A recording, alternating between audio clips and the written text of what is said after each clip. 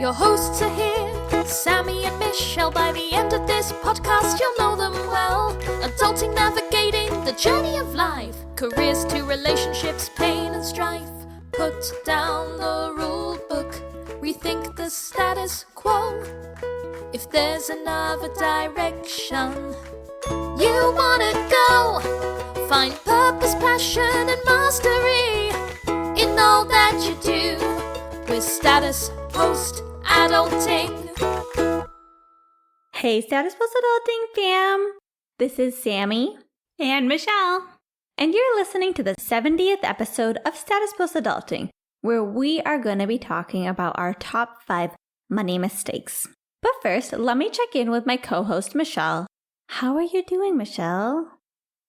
I'm good, Sammie. We were doing our favorite local activity today, which was going gem shopping. We live near one of the biggest gem headquarters, you could say, in the United States. Is that true, or do you just feel like that's true? I feel like it's correct. I mean, I feel like it's correct, too. There might not be a lot going on for miles, but there are gems for days. And so if you like gems, if you like crystals, honestly, you need to come visit us because you will find every type of crystal that you could possibly want here in our small town. Near our small town, I should say.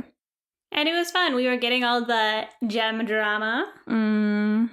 Won't go into it, but seems like it's a dog-eat-dog world out there.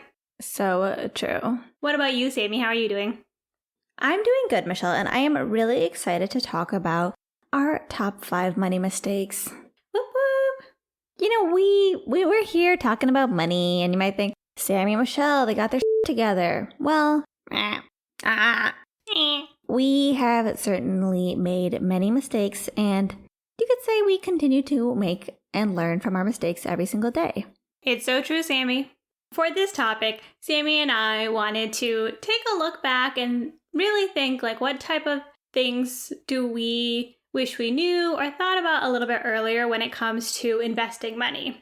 I will say, as a disclaimer, I always joke with people because I think you really can't have too many regrets in life because you have to look at where you are and see if you're happy where you are. But I know sometimes I'll talk to my mom and she'll beat herself up and say, oh, I wish I had done this earlier, or I wish I had known about this. And if I could go back in time, and I'm always like, if I could go back in time, I would invent Amazon, okay? If I could go back in time, I would listen to that Australian hacker and invest in Bitcoin. But that is not an option. I wouldn't go back in time and go invest in more index funds, okay? If I had the knowledge about the future, obviously you would go and do things a lot differently. Invent Uber. I would be inventing so many companies. I'd be like, people, you could just invest in them. Like, don't hurt yourself. That's the kind of time-traveling laziness, Sammie. If I could go back in time, I would be like, look, I have an idea. Disappearing photos. Boom. Snapchat.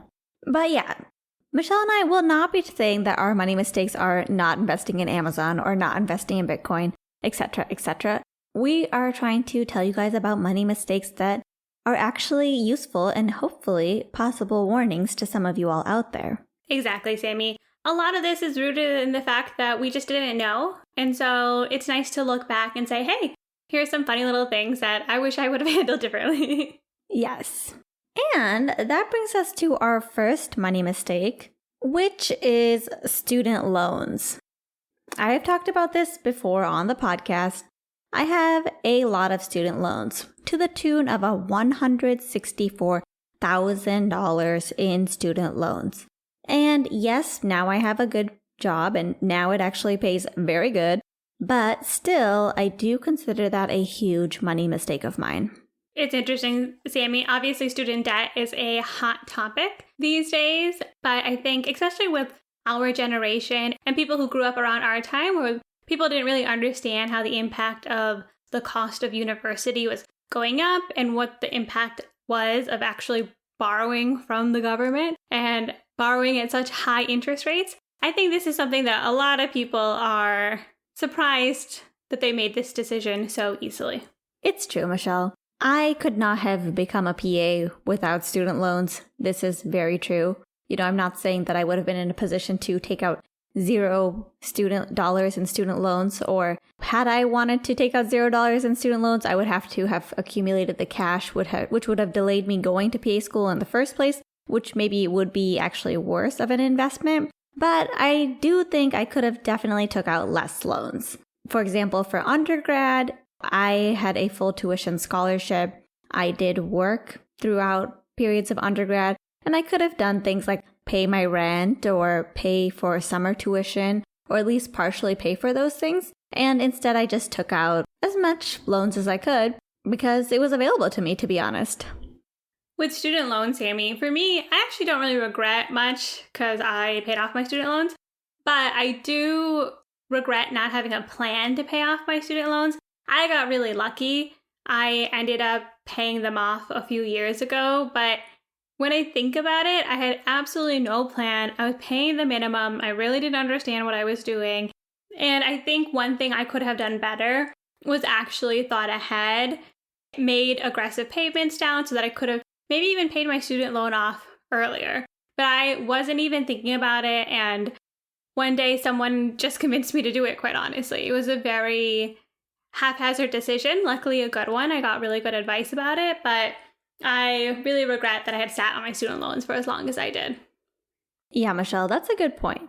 If you have student loans, the biggest thing is coming up with a plan for it. Because I do see a lot of people, they don't come up with a plan, and then they kind of ride this middle path of neither like being on the path for forgiveness nor being on the path to pay off the student loan. And it's literally the worst path because you're just like kind of paying the loan and accumulating tons of interest at the same time. So pick a side, either you're paying aggressively or you're not paying because you're going to get forgiven, and go hardcore with that plan. Exactly, Sammie. I probably could have saved myself money in interest over time, money that I could have used elsewhere, all of those things. And I think this is a really great thing to consider now. If you have student loans, when this podcast comes out, the student loan payments are paused. And this is a really good time to think about, how do I want to prepare myself to pay off my student loans? What are my options? You have a little bit of time to think without having to get thrown in where they're like, all right, now you graduated, start writing checks to the government, hope you figured this out. So I would definitely take advantage right now and try to understand that, understand the landscape, understand the political landscape, and just make a plan. It's such a good thing to do. A lot of people have student loans. A lot of people have really aggressive, high student loans. And instead of trying to be an ostrich and stick your head in the ground, the best thing to do is actually face it and figure out a plan to pay it off. Yes, Michelle. And if you are going to be going to college soon, or you have a kid or know somebody who will be going to college soon, an important thing to think about is the return on investment. School is just way more expensive than it was 30 or 40 years ago. And there are some great sources out there that you can look at. For example, we'll link to a Bigger Pockets episode that talks to a person who literally went through the data of each major and saw which ones had the highest return on investment, as well as Christy Shen's book. Now there's just a lot more data and a lot more talk about whether the degree you're getting is actually going to be worth it. It's always good to think about what you're getting into. There's also a lot of scholarships. There's a lot of programs available that can help make going to college or going to whatever type of schooling you want to do more affordable. And so I definitely encourage people to look into those options as well. Number 2 on the money mistakes is spending too much money. This is a big one for me. I graduated, with my large student loans. And then I started working a job where I made a decent amount of money. And I wanted to buy things. And I bought a lot of things. And I just spent too high of a percentage of my income without really understanding why that's a problem. Yeah, Sammie. I know for you, spending money sort of looks one way. And for me, I think I just wish I was more conscientious about what was aligning with my values. I don't actually regret necessarily the money that I spent, but I wish earlier I was tracking my spending and taking a look and saying, hey, does the amount of money I'm spending on Ubers or dinner or random things that I was spending money on actually mean something to me. And I think I would have cut out things a lot sooner than I did.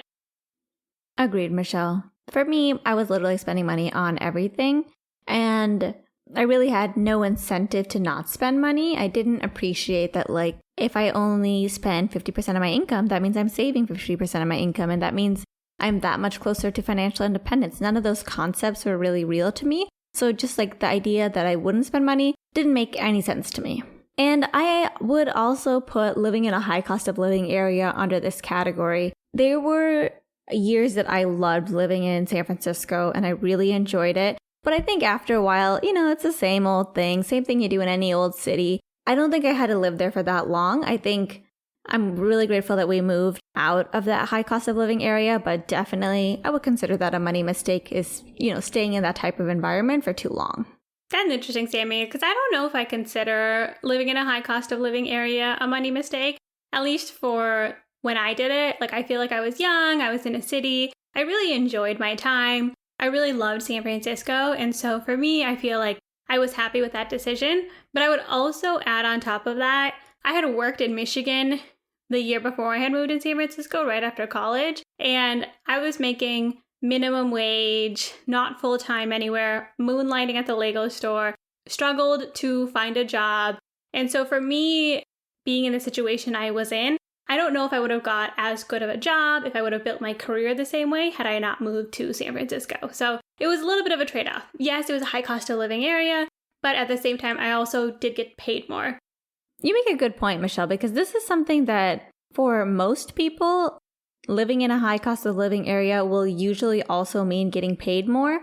But I think in particular for healthcare workers, living somewhere totally random or in a lower cost of living area often pays more because of the need for healthcare workers. Yeah. And higher cost of living areas oftentimes actually pay less. It's true, Sammie. And times are very different now, even for people who work in technology or different fields. Like, you can work remote. So there's a lot more job opportunity now that you can work from wherever you want to work. You don't necessarily have to live in a high cost of living city if you don't want to. And there's a lot of booming cities that aren't as high cost of living as the Bay Area. Mistake number 3, Michelle. For this one, we're talking about investing. And I think we both have 2 different reasons why we think different aspects of investing may have been a mistake.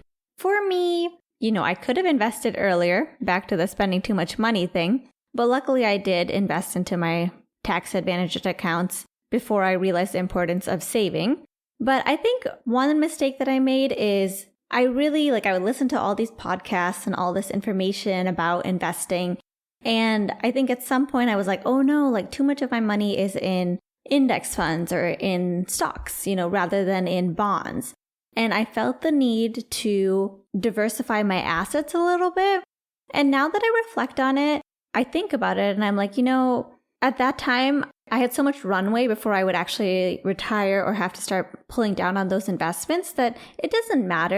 I think now that I reflect on it, I think before the age of like 35, if you're not planning to take out that money until like 60-ish, go ahead and put it all in index funds.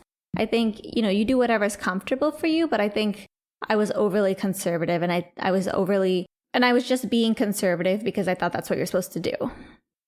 Yes, and as a reminder, this is not financial advice. You should definitely look into whatever you want to do, and we're just talking about different things that we could do. We're just 2 clowns going off. I also wonder how much of that is hindsight, because we were in a bull market, and so it's very easy to be like, oh crap, like I wish I was investing more of my money because the market took off. But I don't know, maybe if that's what your risk tolerance was at that point, maybe that was the decision that was the best for you. It's true, Michelle. I think the thing that's hard to think is that you're young.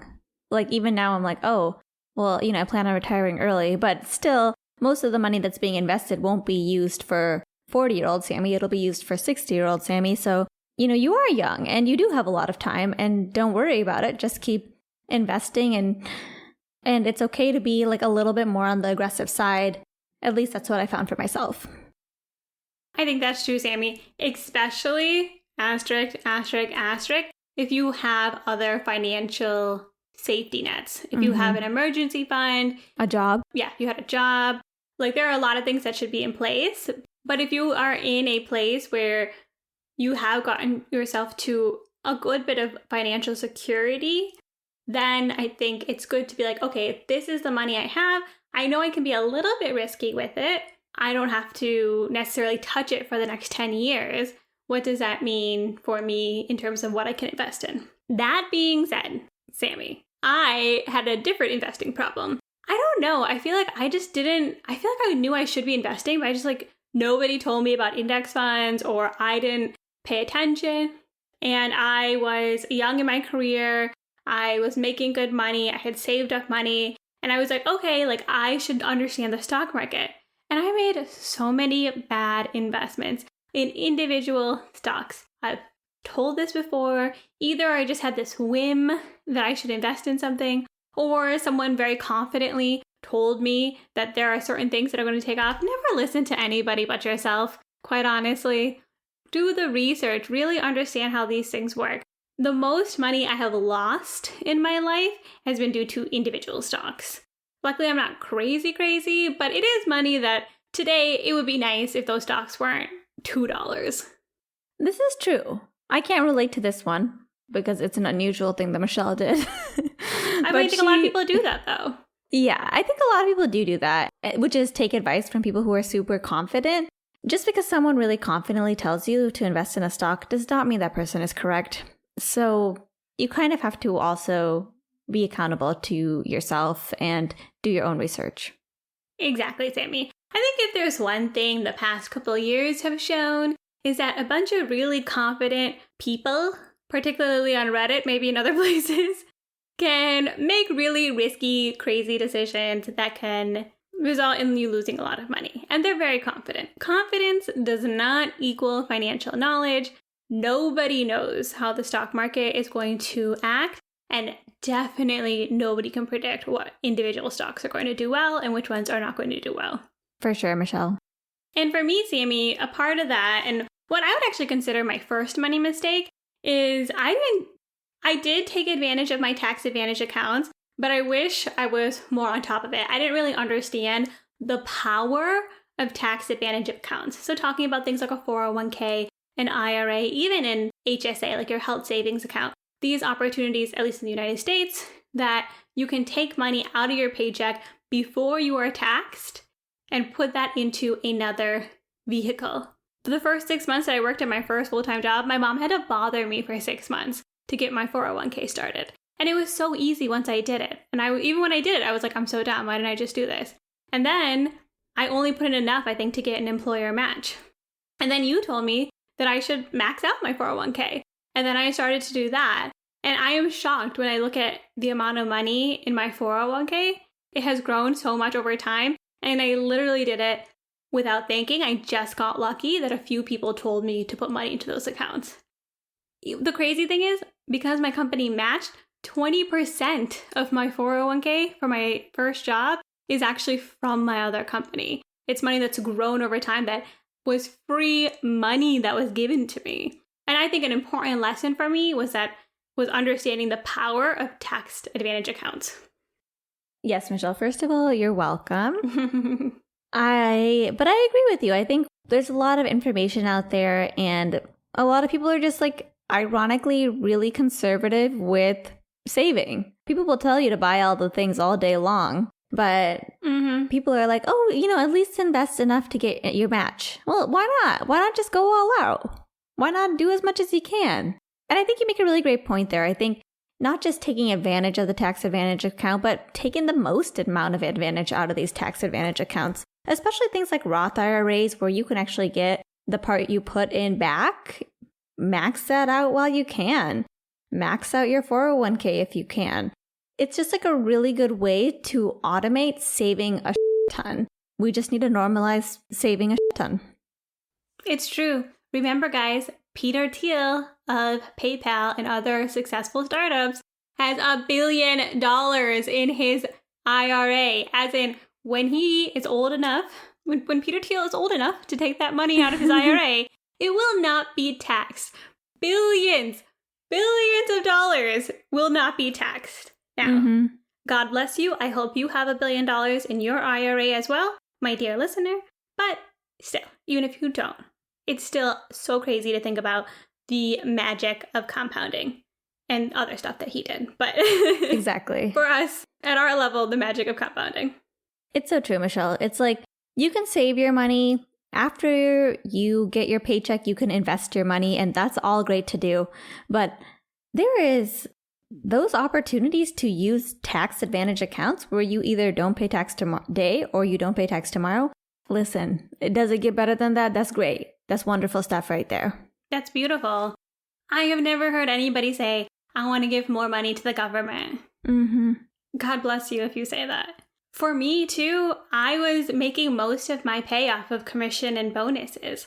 And I remember all of a sudden one day it clicked that I was being taxed like crazy because bonuses and commissions get taxed like crazy, especially in California. And so I realized, I was like, why am I not putting a good chunk of my bonus into my 401k? This is the best way I can take advantage of my high tax situation. So if you have tax advantage opportunities, a 401k, 457, B, Roth, traditional, IRA, health savings account, definitely look to see if you can put money in there because those tax advantages don't play. Which brings us to our last and final and perhaps most important money mistake that could probably wrap up all the money mistakes, which is not taking ownership over your own financial education. Yes. I think we take ownership over a lot of aspects of our education. You know, we go to work, we're like, oh crap, I don't know this, I better learn it. We go to school, we learn stuff. But for some reason, learning about how to be wise with our money is just not in the schedule, and it needs to be. I agree, Sammie. I wish I had really focused and decided to learn about personal finance. I don't know. I did think I wanted to learn more about it. Sometimes you're just limited by what you're able to search, which is part of the reason we do like to do this podcast, because we think it's helpful for us. We learn more about this stuff. We can share it with you. And a lot of times just someone needs to tell you the best way to do it. But you can't really wait for people to tell you the best way to do it. Nobody gets a personal finance education. And yet, nobody is exempt from the consequences of not getting a personal finance education. So true, Sammie. I think we all assume that other people just somehow know better than the rest of us. Maybe they had a parent that looked out for them. Maybe they took a class by chance. Maybe they went to a club. But people I feel like tried to trickle this information when I was in college and when I was growing up. And for me, it was about, I should have sat down when I started making a real paycheck and said, okay, these are the things I know are important. What can I Google? What can I listen to? How can I figure out more about this? It's so true, Michelle. I remember the first finance book that I ever listened to was I Will Teach You to Be Rich by Ramit Sethi. And it's only because at a party, I happened to be talking to some of our friends, including our friend Mina, about finances.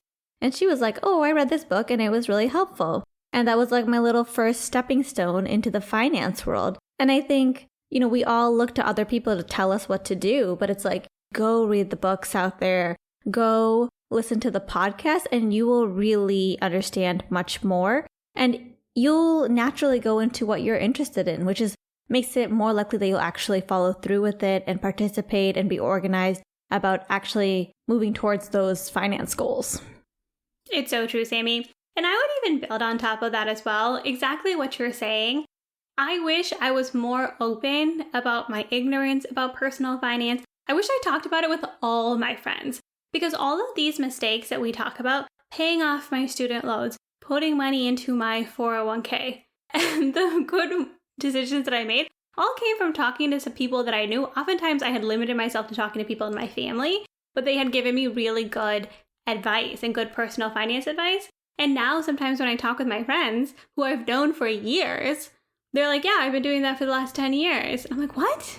You have been managing your money really well? And I had absolutely no idea because we just never spoke about it. So I think talk to people about it. If you have questions, ask people, look it up.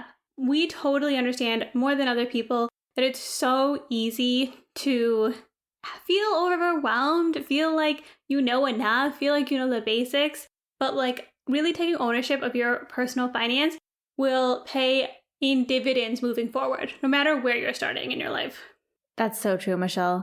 I think being vulnerable about what you don't know or what you want to know is super helpful. I remember one of our friends was like, wait, you don't have that much money saved up?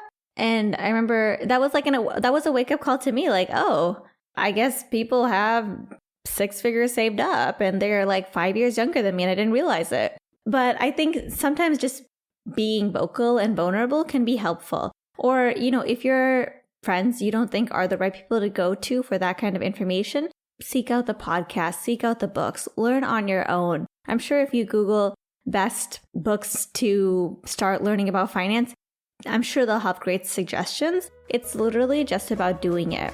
Exactly, Sammie. And so for our takeaways today, our top finance mistakes: student loans, try to avoid them. And if you have them, try to make a plan for them. Spending too much money, living in a high cost of living area, taking ownership and seeing where your money is going and does it align with your values. Investing. Sammie was a little too conservative. I was a little bit fast and loose in all the wrong places. But I think we both wish we had a better sense of investing overall. Tax advantage accounts. Honestly, we should do an episode about them because they're great. They're a great vehicle for building wealth for yourself and for future generations. And so it's good to take advantage of those things. And finally, the best time to plant a tree was 50 years ago. The second best time is today. I don't think anybody should beat themselves up because they don't have the knowledge about how to do things with personal finance. The fact that you listen to this podcast, the fact that so many people have told us that they've taken ownership over different parts of their own finances, amazing. Like, you are ahead of the game. These are such big things. They're so important.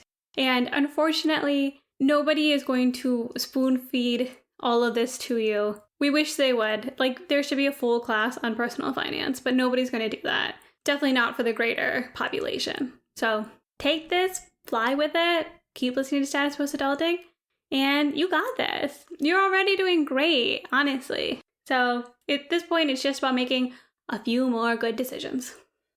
Yes, Michelle. And we're talking about these money mistakes, but it's easy to look back and see mistakes. The most important thing is just start. Just start thinking about your finances and start taking action, because it doesn't matter if things are not done perfectly. Literally, it's just the most important thing is just starting at all. It will make such a huge difference. So listen to our podcast. Listen to whatever podcast you really like and which really resonate with you as far as finance goes. Read the books. Just really seek that knowledge and grow on your own. 100%, Sammie. Because if we could go back in time, I would not do any of these things. I would put all my money into Tesla. I would buy a Bitcoin mining machine in the desert. Clearly, I know enough to fix those problems now. But seriously, like, there's no point in regretting. Like, we would do so many things better if we had the knowledge that we did today. And that's not the point. The point is to learn from them. See, well, I did that when I was younger. Let's see what changes I can make today to put myself on a better track. And if you're wondering, how can I get a regular email reminder that I need to be better about my finances, then sign up for the Status Post Adulting newsletter. And other fun things. It's entertaining. It has information about us. And it's a constant reminder that there's a podcast out there with financial information for you that makes it fun, which is Status Post Adulting. Duh. Sign up at the link in our bio. Let us know if you have money mistakes. We would love to hear about them. You know how to reach us at Status Post Adulting on Instagram, statuspostadulting@gmail.com. And most importantly, be sure to join us next week as we put down the rulebook and rethink the status quo.